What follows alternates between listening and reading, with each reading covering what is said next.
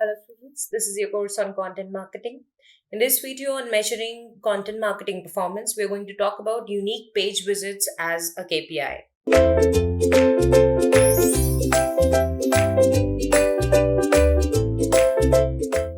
Let's begin by understanding what is a unique page visit or view.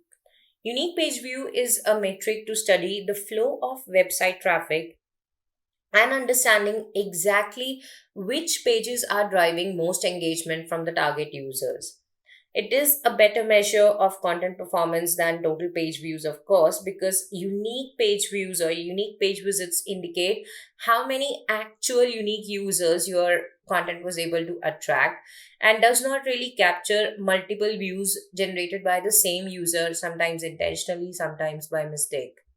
Now, as you can see in the example over here, total page views by a single person's visit can be 6 if this person is moving from one page to another and sometimes reloading the page or sometimes exiting and coming back to view the same page again.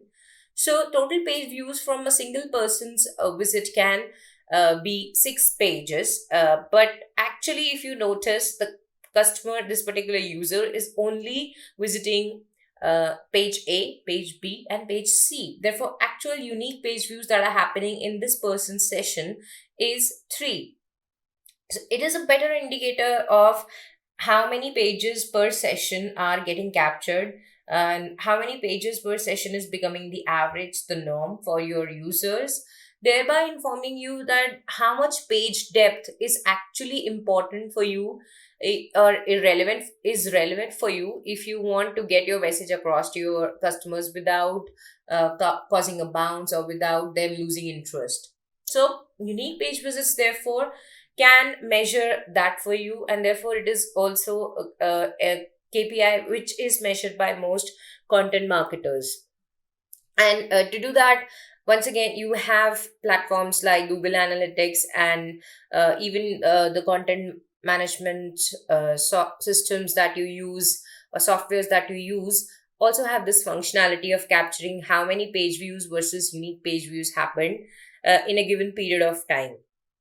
The example that you see here indicates that for a particular page itself on your website, how many page views happen, and from those page views, how many unique page views were there. So it's also possible that you can study the performance of every single page on your website selectively, and therefore understand what type of content is performing better, what type of content is able to attract new unique individual users, and therefore has the potential of giving you leads, giving you conversions, and something that you can replicate in your future content marketing planning.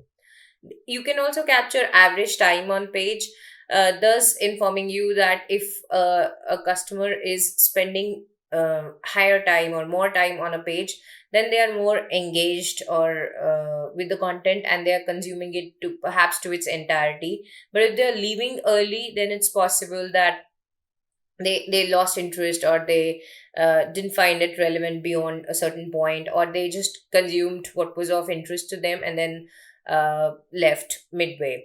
So a lot of these metrics, as you are seeing, are easy to capture through analytic tools. So the purpose of discussing these metrics is not for you to see that, okay, if the system can capture it, why do I need to know it? You need to know it because you have to align it with your content marketing goals, and you need to establish that these KPIs are the ones you are going to measure throughout your campaign, so that you stay on point and you try to learn from each KPI how you can shape your content better for your future efforts.